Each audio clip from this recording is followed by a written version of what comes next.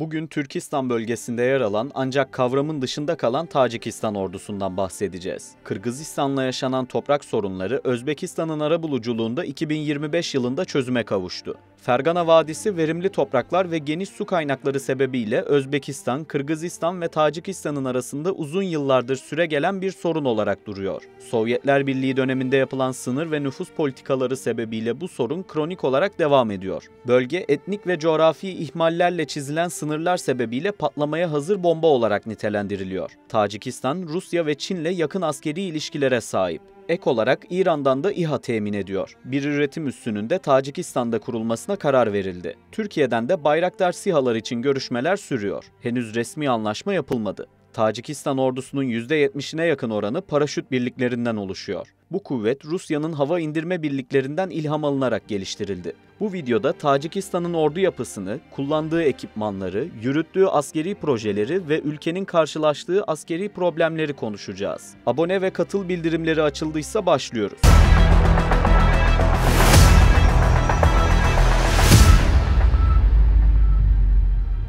Ordunun yapısıyla giriş yapalım. Ülkede erkekler için zorunlu askerlik uygulanıyor. Kara kuvvetlerinde 2 yıl, diğer kuvvetlerde ise 1,5 yıl hizmet süresi var. 18-27 yaş arasındaki tüm Tacik erkekler için geçerli.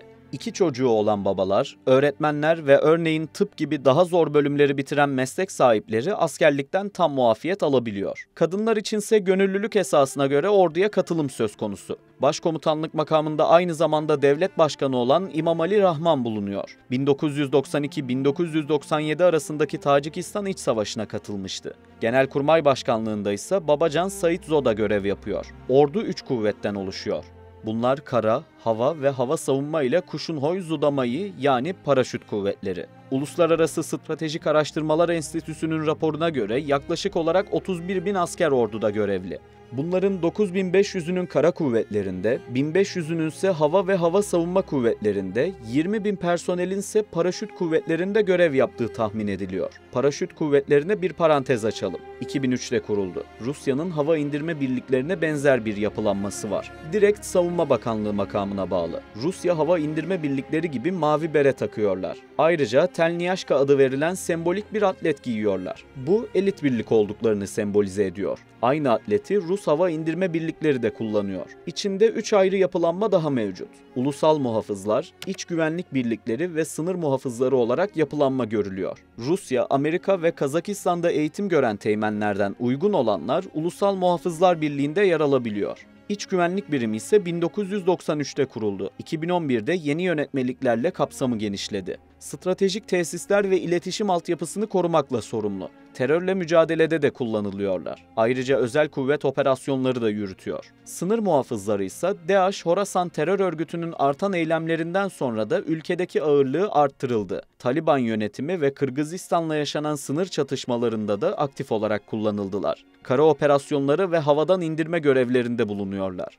Tacikistan ordusu Global Firepower Index araştırmasına göre 145 ülke içinde 108. sırada. Bütçeden aldığı paydan bahsedelim. 2020-2024 arasını ele alacağız. 2020'de %1.1, 2021'de %1.2, 2022'de %1.9, 2023'te %2, 2024'te %1.8'lik pay ordu için ayrıldı. 2021'den itibaren genelde yükseliş görüyoruz. Bunun sebebi ise Kırgızistan'la ve Afganistan'daki Taliban yönetimiyle yaşanan sınır problemleri. Videonun ilerleyen kısımlarında bu konuyu detaylandıracağız. Ordunun kullandığı ekipmanlara geçelim. Kara kuvvetleriyle başlıyoruz.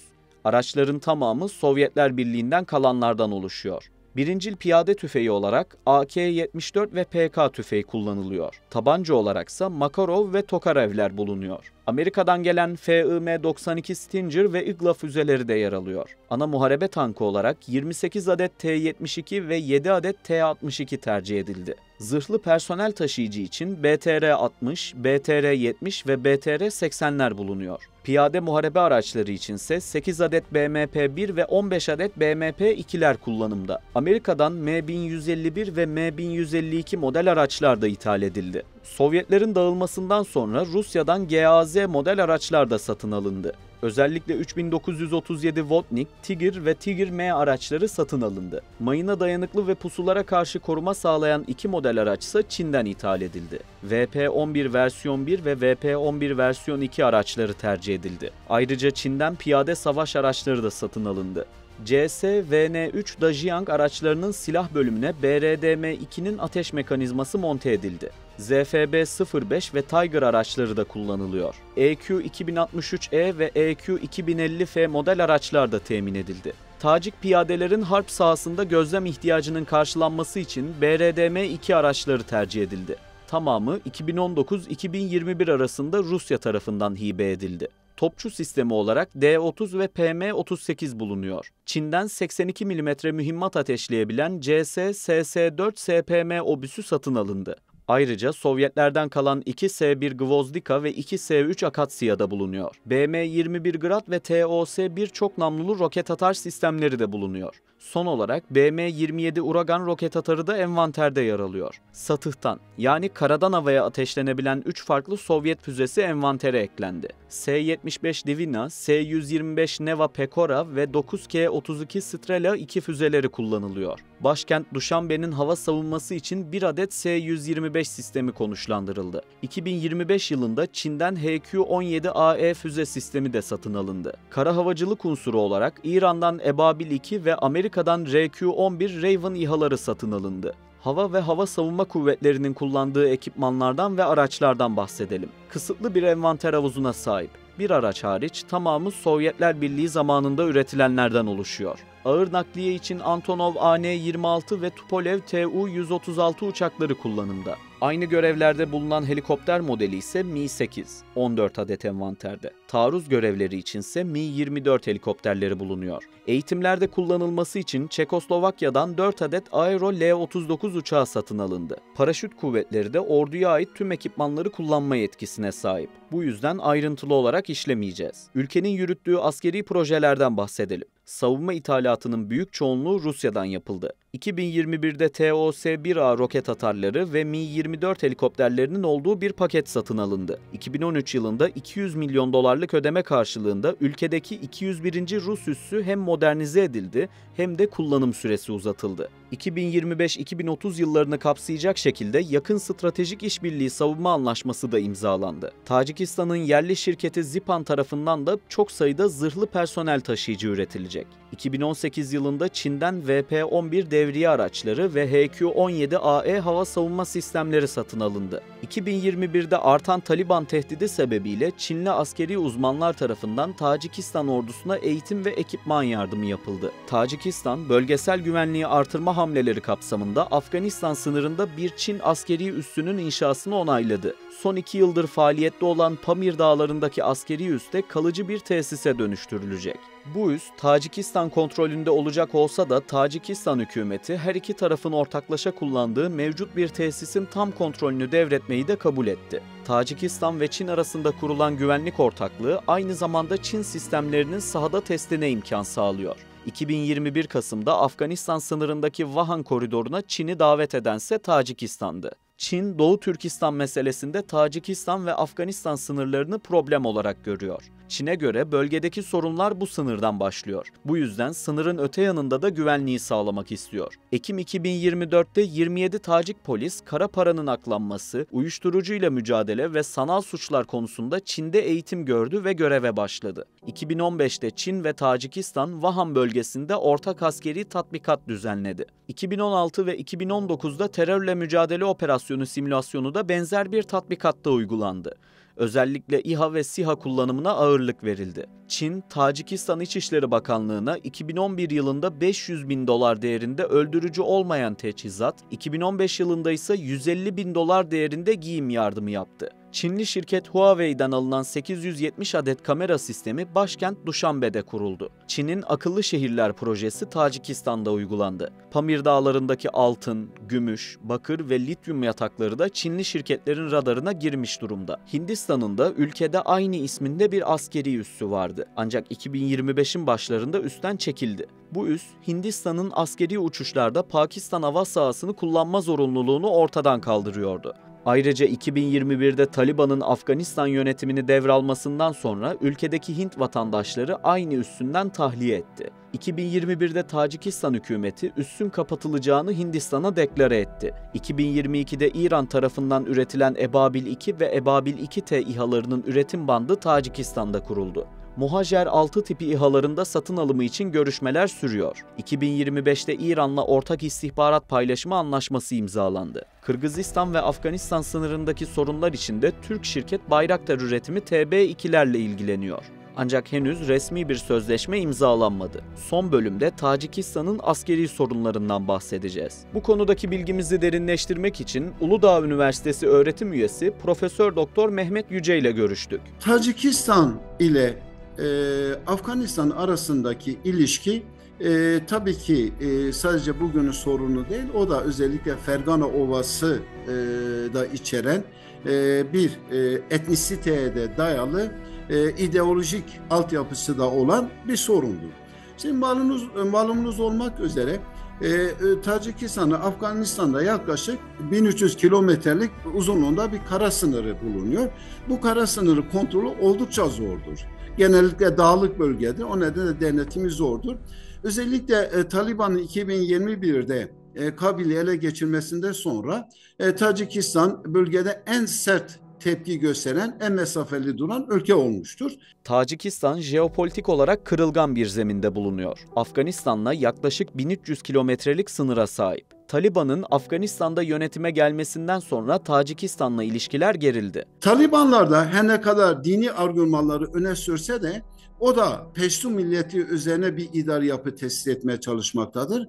O nedenle Tacikistan bu Tacikleri yok sayarak Peştunları öne çıkaran bir yönetim tarzını benimsememekte ve Taciklerin hakkı ihlal edildiği, bir takım sosyal ve ekonomik ve hukuk haklarından mahrum edildiği ileri sürerek buna karşı tepki göstermektedir. 24 Ağustos 2025'te Panj Nehri'ndeki Tacik sınır birlikleriyle Taliban unsurları arasında çatışma çıktı.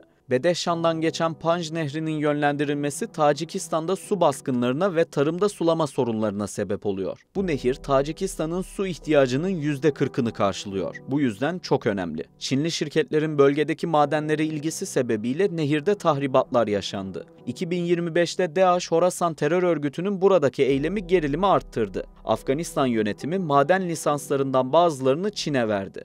Tacikistan 2021'den itibaren Kırgızistan'la da yoğun bir sınır mücadelesine girdi. Sovyetler döneminde bilinçsizce yapılan toprak dağılımı sebebiyle bölge ülkeleri arasında toprak sorunları var. Voruh bölgesi de bu sorunlardan biri. Malumunuz olmak üzere Sovyet bölgeyi yönetirken bir takım sorunları oluşturacak şekilde bir toplum mühendisi inşa etmiştir.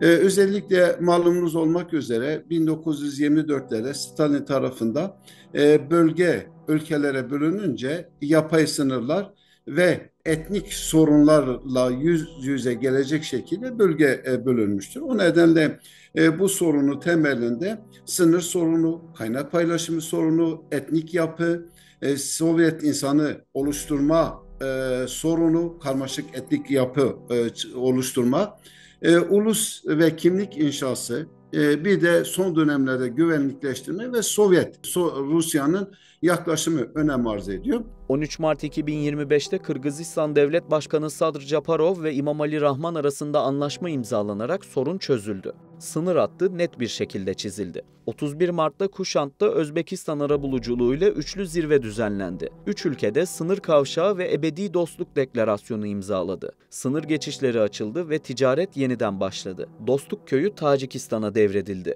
Kırgızistan bölgenin altyapısını onarmayı kabul etti. Fergana Vadisi özelindeki sorunlar barut fıçısı olarak nitelendiriliyor. Su alanları, meralar ve etnik çeşitlilik sebebiyle fikir ayrılıkları söz konusu. Fergana Ovası'nda baktığımız zaman bu 8 anklavın 4'ü Özbekistan'ın Kırgızistan toprakları içinde yeridir. İşte Şahi Merdan, Soğ, Congara ve Caynagil. Mesela Soğ çok önemli bir ve çok farklı bir yapı arz ediyor. Kırgız toprakları içinde yönetim olarak Özbekistan'a bağlı, nüfus olarak Tacik. Yani gel de sorun yaşama. Eski Sovyetler Birliği lideri Stalin'in nüfus politikaları sebebiyle bugün dahi bölge ülkelerinde farklı kimliklerden çok sayıda insan yaşıyor. Bu durum sorunların kesin olarak çözümünü zorlaştırıyor. Sovyet döneminde milletsizleştirme ya da Sovyet milleti oluşturma politikası çerçevesinde yaşanan tercihler, güçlerle bölgelerin etnik yapısı değiştirildi. Dolayısıyla idari yapı içerisinde çok fazla milletlerin bulunduğu bir etnik yapı oluşturuldu. Mesela Kırgızistan'da şu anda küçücük ülkede 80 ayrı etnik millet vardır ve bunlarda doğan sorunlar söz konusudur. Sonuç olarak Tacikistan ordusu modern ekipmanlar konusunda değerlendirdiğimiz ülkelerden biraz daha geri seviyede. Ancak Rusya ve Çin'le girilen yakın ilişkiler sebebiyle yeni nesil araç gereçlere kısmen erişim sağlayabiliyor. Sınır problemleri büyük ölçüde çözülmüş olsa dahi tam anlamıyla sonuca ulaştık diyebilmek için bir süre daha geçmesi gerekiyor. Dağlık coğrafya ve zengin doğal kaynaklar sebebiyle özellikle Afganistan sınırında yeni gelişmeler beklenebilir. Videoyu tamamladık. Bu tarz daha fazla içerik için GZT'ye katılmayı ve abone olmayı unutmayın. İzlediğiniz için teşekkürler.